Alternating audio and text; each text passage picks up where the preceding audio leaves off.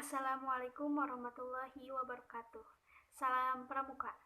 Perkenalkan, nama saya Rida Robiah Dawiyah dari kelas 1D akan menjelaskan SKU poin ke-12, yaitu tentang sejarah kepramukaan Indonesia dan dunia. Sejarah kepramukaan dunia. Sejarah kepramukaan di dunia pertama kali dimulai saat Baden-Powell menuliskan pengalamannya dalam buku Scouting for Boys pada tahun 1908. Buku tersebut dibuat untuk panduan acara perkemahan yang dirintisnya pada tahun itu. Buku ini sangat laris bahkan di luar Inggris, sehingga mulai bermunculan organisasi-organisasi pramuka yang ditujukan kepada anak laki-laki saja. Pada tahun 1912, Baden-Powell bersama adik perempuannya yang bernama Agnes mendirikan organisasi pramuka untuk wanita bernama Girls Guides. Pada tahun 1916, mulai berdirinya organisasi pramuka untuk siaga yang dinamai klub atau anak serigala. Dan pada tahun 1918,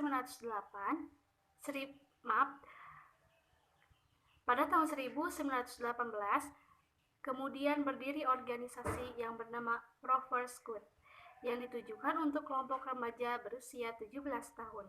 Baden-Powell kembali mempublikasikan bukunya yang berjudul Rovering to Success pada tahun 1922 yang berbicara tentang seorang pemuda yang mendayung perahu sampai menuju ke pantai kebahagiaannya. Tepatnya pada tanggal 30 Juli sampai 8 Agustus 1920 di Olympus Hall, London, kegiatan Jambore Dunia pertama kali diadakan dan diikuti sebanyak 800 peserta dari 34 negara. Dalam kegiatan tersebut, pada akhirnya Baden-Powell dinobatkan sebagai Bapak Pandu Sedunia. Sejarah kepramukaan Indonesia.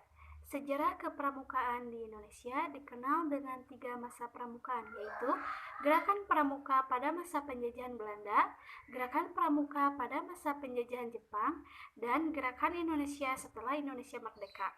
Pertama, Gerakan Pramuka pada masa penjajahan Belanda di Indonesia bernama Nederland Independentievereniging atau NIPV, atau dalam bahasa Indonesia dikenal Persatuan Pandu-Pandu Hindia Belanda.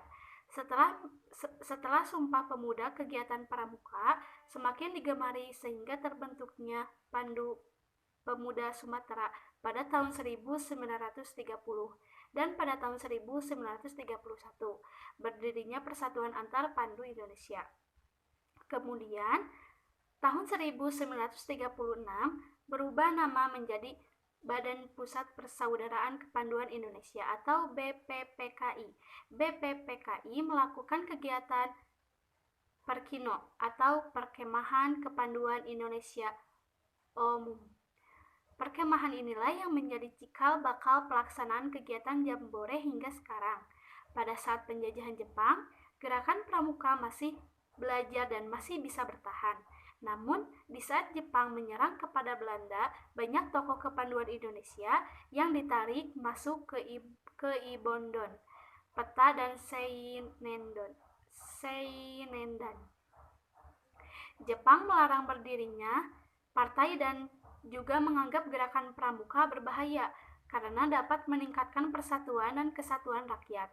Hal itu tidak menyurut tekad kepanduan Indonesia untuk menjalankan Perkino kedua dalam memperjuangkan kemerdekaan bangsa Indonesia dalam mengusir tentara Jepang. Setelah kemerdekaan Indonesia, tanggal 28 Desember 1945 didirikan organisasi Pandu Rakyat Indonesia di Solo yang menjadi wadah kepanduan di seluruh Indonesia.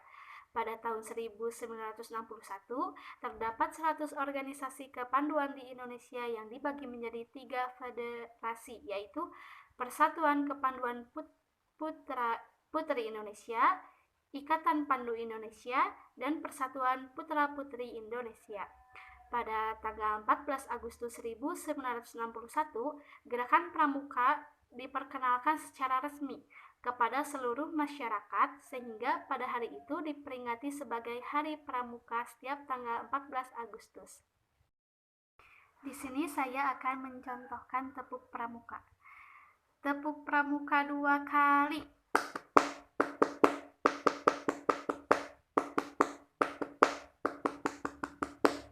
Sekian dari saya. Wassalamualaikum warahmatullahi wabarakatuh.